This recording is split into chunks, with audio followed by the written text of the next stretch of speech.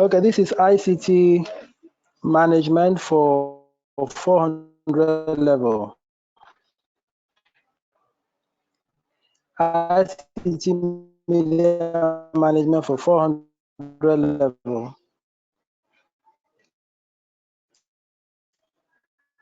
And our focus for this lecture will be on filming, action, and also. So we'll begin with filming. What do we really mean by movie? Now, it's something everyone really loving, especially those of us who are movie. We know that it is all encompassing. Movie is not something you just jump on or something you just see. The processes make for a good movie and make for a good production. Before we go deeper, let's look at the various stages involved in movie or film production. We have stages that are in movie production or film production. We keep using those interchangeably because they mean the same thing. So with the development stage in movie production talk more on the genesis of that movie. Before you begin to talk of producing a film, first of all, you need to sit down to begin to build up that idea. Building the idea is actually at the development stage. At that stage, that is where you begin to look at what storyline do I want to tell?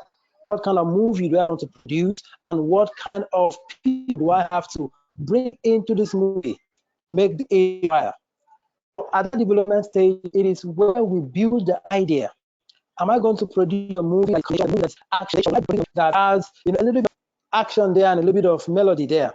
So all of these are some of the things that we look into before we go into movie production or film production, and that is the first stage that is involved in movie production or in film production. Then the next stage is pre-production stage of movie. You as a DO, director of photo, director of movie, able to ascertain what kind of to create, what kind of movie I want to produce. You begin to into the pre-production stage. The pre-production stage is that stage where you begin to prepare those equipment, the kind of camera you will need, the people you will need in the movie, and of course, the patience you for those movies.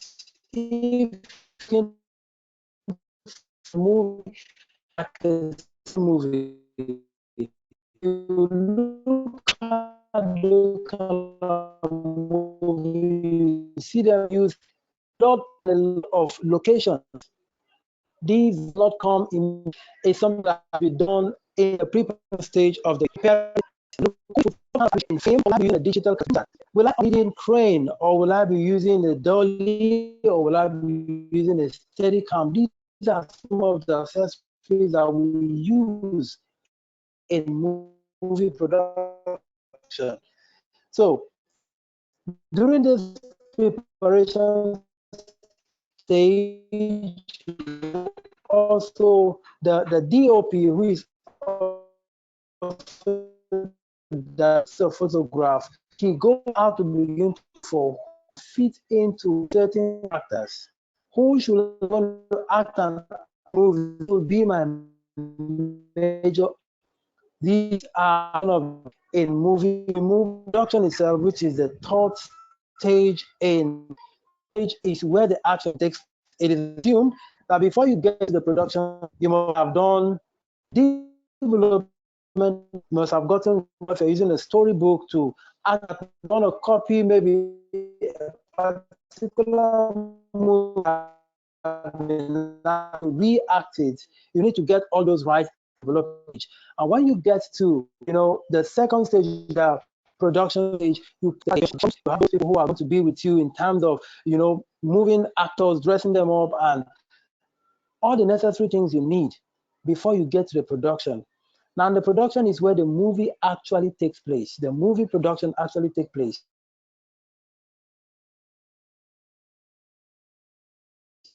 Not because maybe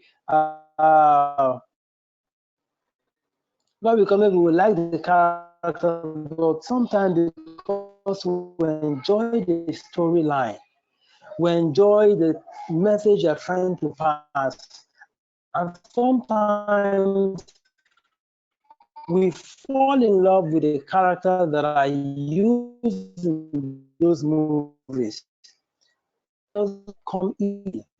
A filmmaker goes out there to produce a movie, he looks at things that we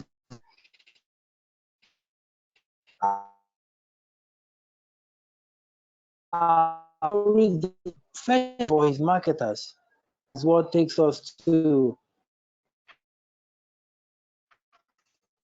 it takes us to the next stage, which is now at the post production. We are actually looking at post production, getting to all footage, all the your script. Now, when you have all of that done, it now takes us to, it takes us to the next final stage, which is the distribution stage. The distribution is being made. Now, for every investor who invests his money in a movie or in a film, he expects a. That is why most times we see some exclusive movies being played in the cinemas. You don't get to watch those kind of movies on the street, or you don't get to see them in Alaba. Why? Because these are highly sponsored movies that the people who put their money in there really want returns. So they take out their time, to make sure these movies don't go out. They should make their money first before they're going to, give it out to the public. And if they've been able to do that, they push all of that remaining backlog to the marketers. And the marketers are the ones who finally bring these movies to the hands of every individual, both on TVs and also both in their various homes. Before we move away from, the movie production itself, let's look at certain people who play key roles in movie production. The first person is the DOP. We call him the DOP, the director of photograph. He's the guy who actually, if we look at president, he's like the president of movie production. So he's like the major guy who makes things happen. He is called the DOP, or you call him the DP, the director of production, or just call him the director. He is the major guy who works in line with the marketers, work in line with actors, work in line with the camera crews, and make sure that everything is in place. The DOP is the one who begins to look for the right cameras to use. What kind of movie are we producing? If we're going to be producing maybe a seasonal movie, I want to produce a comic, what kind of cameras or kind of equipment do we need? These are some of the things that the DOP brings into mind. He brings that in mind. So before you sit at home and enjoy certain movies, these are some of the things that the DOP looks at. What kind of light should we use? If we're going to be shooting a horror movie, for example, what kind of light do we need to combine to get, the night location, the kind of effect that we need? If we want to maybe produce a comic movie, what kind of location should we use? That is the job of the director of photograph. He is in charge of that. And sometimes we call him the chief of the camera crew, because he's the one who tells who handles what kind of camera. He's the one who tells us who will be on the boom mic. He tells us who will be handling the props in terms of the makeup, in terms of the dressing, the kind of clothes that these actors or actresses put on. That is the job of the DOP. So the DOP takes his time to put all of that in place. Now we call him the next in command after the producer, who is maybe the owner of the script or the owner of the movie. So if you have the owner of the movie, good idea, brilliant idea, he can't produce it on his own. So he has to look for a director of photograph or a DOP to help him bring into life this whole movie. That is the whole job of a cinematographer. And a cinematography as a movie making concept is a science or an art of filmmaking, bringing motion pictures into reality. So if you have a good storyline, but you don't have a good actor, you end up making a mess of that movie. Or if you have a good actor, you have a good storyline, but you don't have the good location to push that movie, you still make a mess of a production. That is why the DOP comes in place, making sure that he crosses the T's and dots the I's to make sure that everything syncs. Another job of a DOP is for him, if he's shooting on digital camera, in that movie, film. What the difference between both of them? Film, digital camera. Now, this. Every movie producer or film brings to mind these two things. The camera, memory cards. That is the digital. But if he's going to be using the digital, it means he's using that. He's going to be using memory cards to do his recordings, to do virtually everything that he needs. But if he's not going to be using that, it means he wants to use tape, or what we call the DV. Now the DV,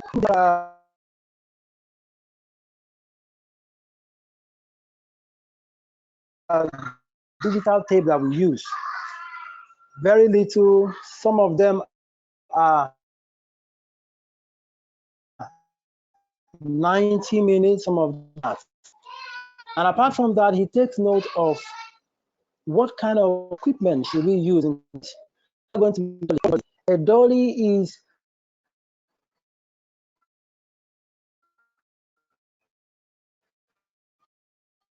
a track-like camera stand that movie producers uses in the dolly in production movement of they are going to drive in that movie. It helps them to get feedback, help them to get sound from the actor from one location to another. The guy on the track and he moves steadily, just to make sure that there is no shaking of the camera. That is why sometimes if you watch certain movies and you begin to see shaking, you are kind of discouraged to even watch that kind of movie. So the essence of using all of these accessories like the dolly or the tripod or the Steadicam is to make sure that you have a steady shot. And when you have a steady shot, it makes your job easier when you are an editor.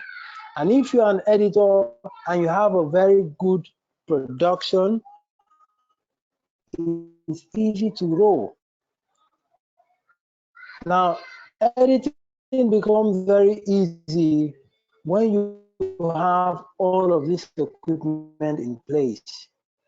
Now, I've mentioned the cinematographer, which I said he is the DOP. He is the guy who, apart from the owner of the script, he is the next in command.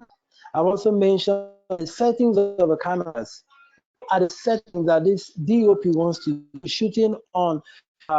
Is it going to be film or is it going to be on digital camera?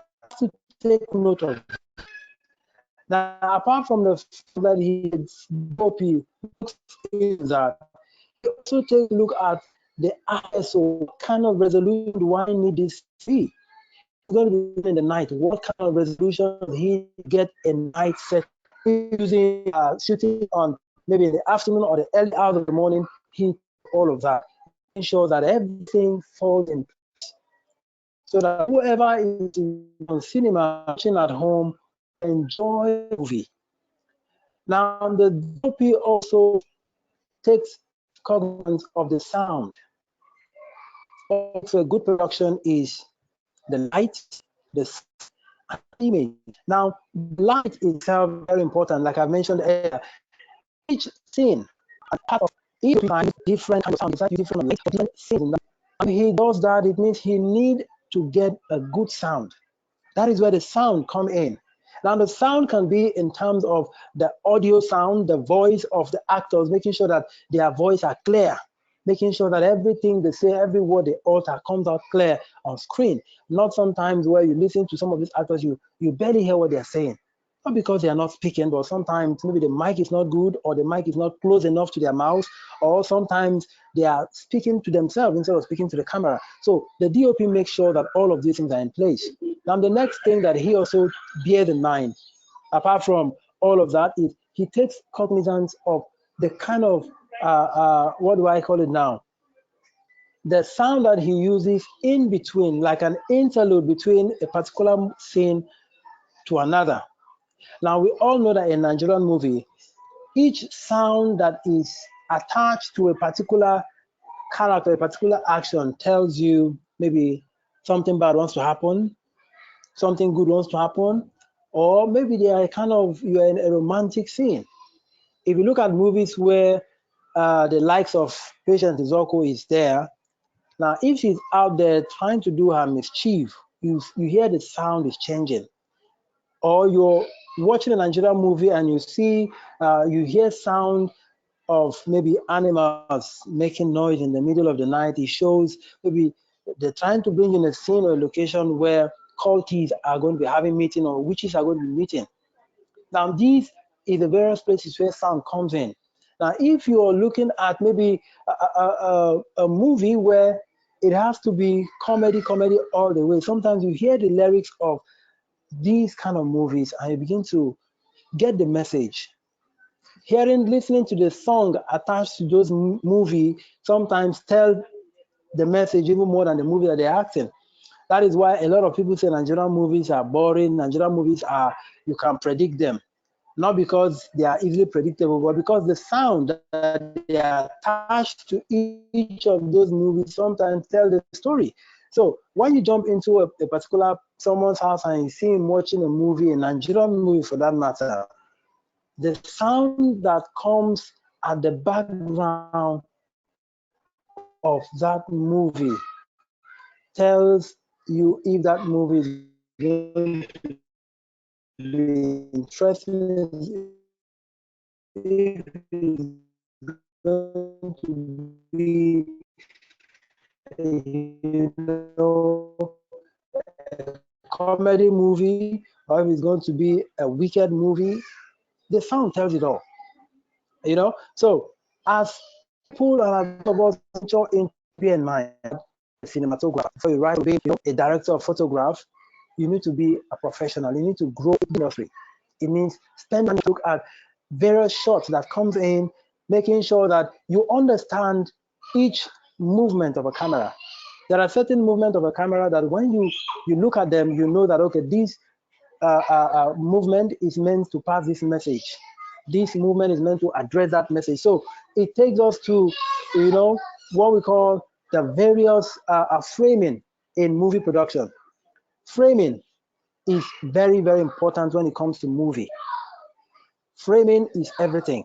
So if you have someone who is not good in framing, he will spoil your job. So sometimes when you look at a various framing, we have more than 14 different framings or shots. You can call it a shot, you can call it a framing. In terms of movie, we'll concentrate on framing. Now we have framings that when you want to look at them from the beginning, let's say the first one is a framing where we call it a wide shot. Now the extreme wide shot is one of the first shots in movie. Now that shot is very important because sometimes when you're watching a movie and you see the actor coming out from maybe, let's say, a restaurant, the director or the camera guys try to give us an establishment shot. They give us an open shot of that establishment, telling us this is where this actor is coming from. So that is a wide angle shot. That shot gives us an open view. If it's coming from a grocery bazaar, it's coming from a shopping mall, or it's coming from whichever, we can see it clearly there that this actor is coming from there. Now, that kind of shot is also called an establishment shot. Now, when the actor begins to proceed, coming away from that, it takes us to the next shot, which is the wide shot. The wide shot now moves us away from where this guy is coming from, and he begins to concentrate on the actor himself. But this time, he's giving us a shot from the head to the toe of this actor, trying to tell us maybe how he looks, tell us the kind of dressing he is wearing, just to tell us more detail about this actor. So wide shot from his head down to his feet. That is one of the framing that a cinematographer bears in mind. So if we have two actors who are coming from a shopping mall, as soon as they get to that particular spot, our framing changes. The frame changes from the extreme wide shot to a wide shot. And when that wide shot is established, most times we don't get to hear these actors speaking, unless if they are going to be speaking on dolly, or if we have maybe the cameraman moving alongside with the actors. Now, when they are moving, it means the mic is also going to be attached to them. Now, that is for the wide shot. We've talked about the extreme shot, we've talked about the wide shot. And the next one now is the close-up shot. The close-up shot is a shot that a cinematographer takes, or a movie producer takes, or a cameraman takes, from the head of his actor or actress to the waist. Now, these are some of the shots that we use sometimes for TV. For those of us who are, in news, those of us who are in TV production, these are some of the shots that we take. If you're going to be interviewing someone, you take an angle shot. If you're going to be reporting or doing a correspondent report, the shot we take is from the waist to his head. So that is a wide shot. Now that close-up shot now is to give us a clearer picture of who this actor is. Give us a clearer picture of who he is. If he is Ramsey Nouah, at least you can see it clearly now. If he is Tonto Dike or any of these your popular actors in the seasonal movie, now when we have this shot, it gives us a clearer picture of who this actor is. And when you have a clearer picture, it therefore tells us that whatsoever the actor is saying, we can hear it clearly. We can also see his face clearly and understand that this is the guy that we saw at the open shot. He's the same guy that we saw at the extreme wide shot, and he is the same guy we're watching in the close shot. Now, the next kind of framing that a movie producer brings into his movie again, we'll talk of the close shot, is the extreme close shot. What is the extreme close shot? This is a shot taken by a cinematographer on an actor from his chest to his head. Sometimes we see that in our TV screen. Sometimes we see it when you're watching news. You see the shot of your guest or your presenter just from his chest to his head. Now, this shot is meant to pass a different message. This is an extreme, is a close shot that is meant to pinpoint certain, give you certain effects if you're watching it. Now, most times, like I keep telling mass comm students, each time you're looking at movies like Telemundo, you're watching most of these Indian movies, they make use of all of these shots very well. So apart from the fact that they make use of all of these shots, they use this shot to pass certain message. Sometimes you see them give you a close shot of an actor who is crying. They give you a close shot of an actor who is, maybe making a mockery of another actor with his nose, maybe winking with his nose or blinking with his eyes. That is what your time is. Come again. It's already 5 minutes, so you may give your assignment so that we end the class. Thank you so much. You may give out your assignment. All right. Quickly, we'd like you to write this assignment. What are the 5 stages of film production? Write and explain the 5 stages of film production.